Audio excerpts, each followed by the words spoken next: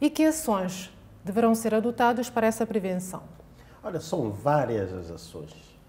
E posso resumir todas essas ações dentro da necessidade da implementação de um sistema de gestão de segurança e saúde ocupacional.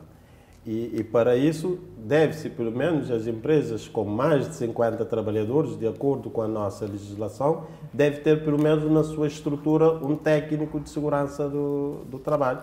Deve ter na sua estrutura médicos de trabalho, de forma a que possa, psicólogos também, de forma a que possa dar o seguimento e trabalhar no diagnosticar as situações de riscos que possam provocar doenças ao trabalhador, que possa provocar e trazer e prejudicar a saúde emocional do trabalhador. Deve-se avaliar os riscos constantemente no ambiente do trabalho, os riscos físicos, os riscos químicos, ergonômicos principalmente. Deve-se criar um ambiente de trabalho saudável, onde o trabalhador se sinta parte da empresa e, como tal, possa produzir para o ganho da empresa. Deve-se eliminar todos os riscos que possam provocar danos à saúde emocional do trabalhador. Agora, se me perguntar quais são os riscos, aí já vamos entrar na série das questões. Eu gostaria ainda de pegar naquilo que o João já disse e realçar uma outra parte, que é a própria classe trabalhadora tende a entender a si mesmo como parte da solução e não como as únicas, e não simplesmente como vítimas. Também são parte da solução. Os trabalhadores têm de começar ou têm de passar a exigir certas condições de segurança no trabalho.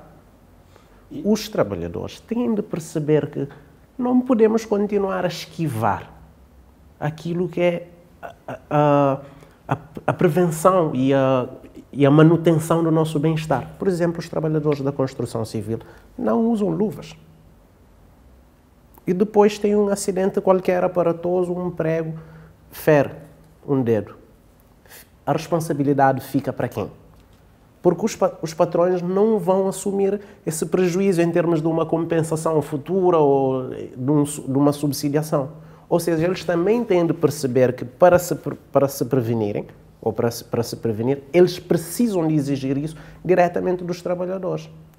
Nós temos o exemplo dos apanha-lixo da Câmara Municipal da Praia.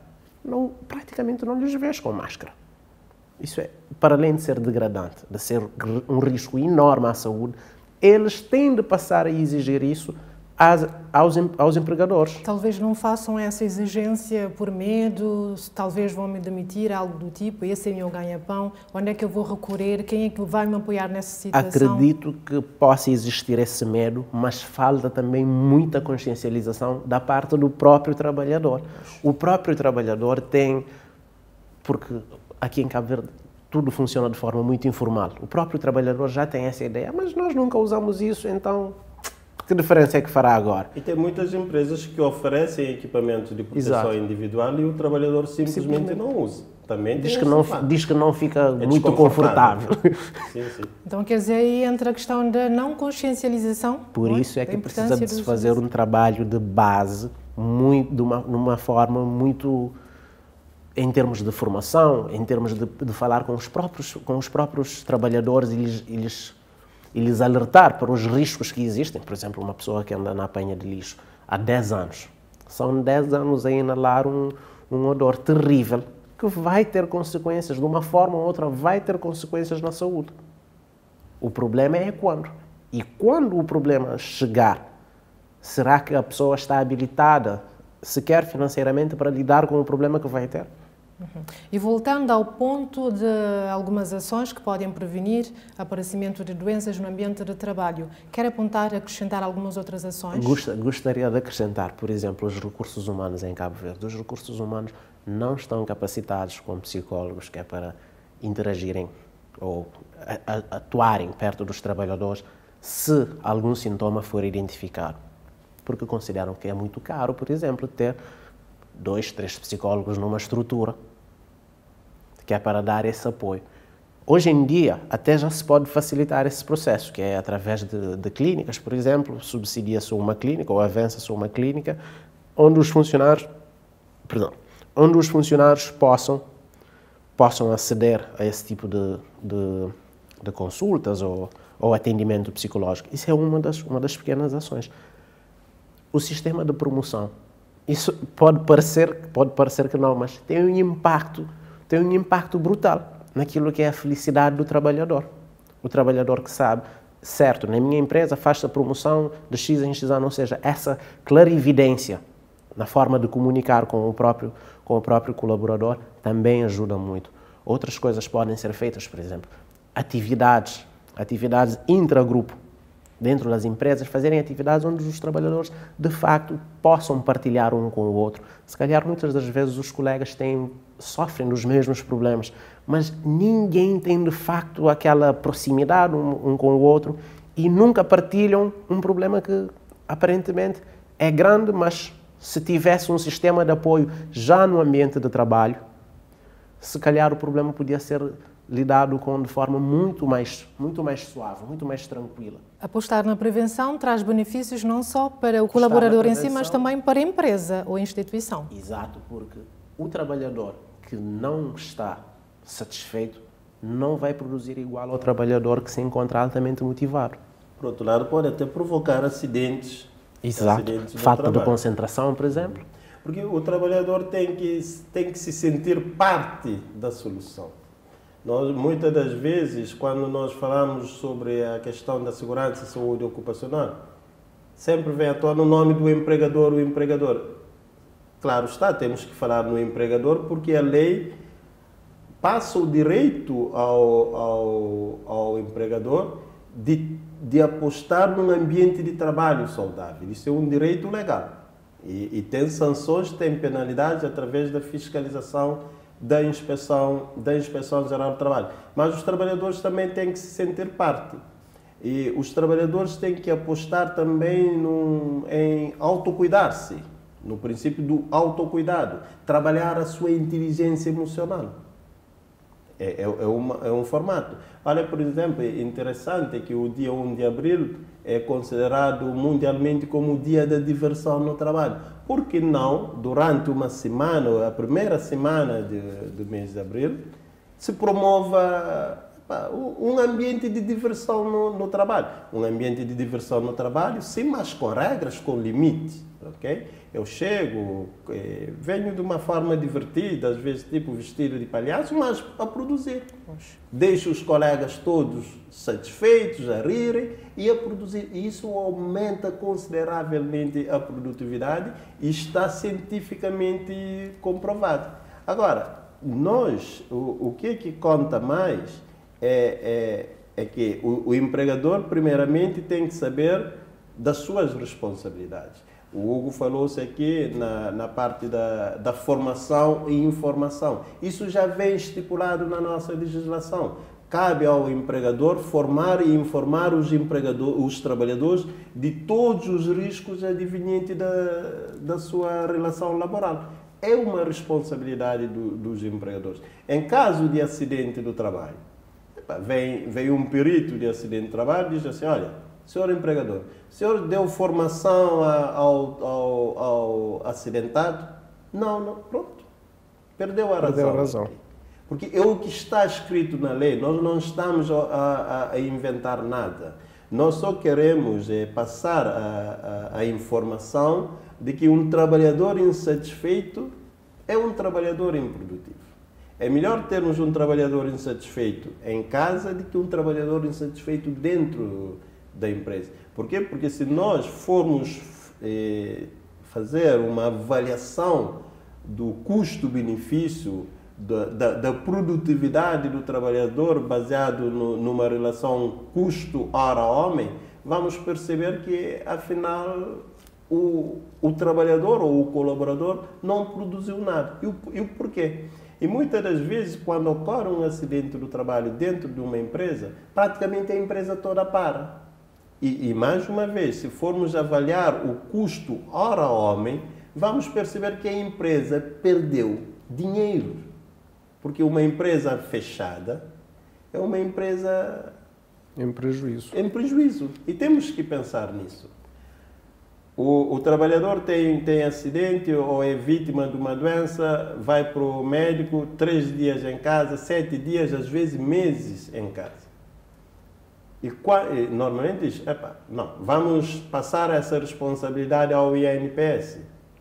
Mas o país em si perde com esse trabalhador em casa. O país torna-se mais pobre por causa disso. E tem um efeito catapultador, porque o trabalhador que não vai para o trabalho, alguém vai ter de fazer aquele trabalho de qualquer das formas. Ou seja, um colega vai ficar com um trabalho extra. Esse colega não vai receber extra por estar a fazer esse trabalho extra.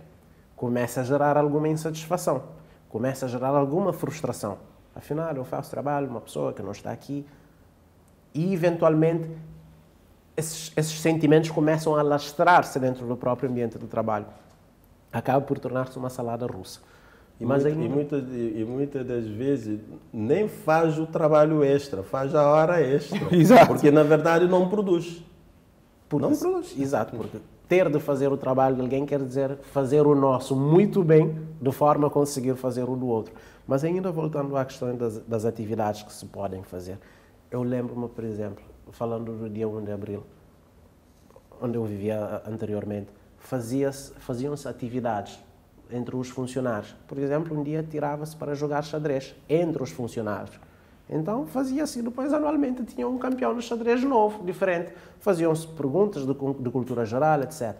Tudo formas de criar um relacionamento mais amigável entre os próprios funcionários dentro da mesma empresa. E evitar que depois existam rixas e etc. entre os próprios trabalhadores. São pequenas ações que, na verdade, têm um efeito muito além daquilo que parece tangível.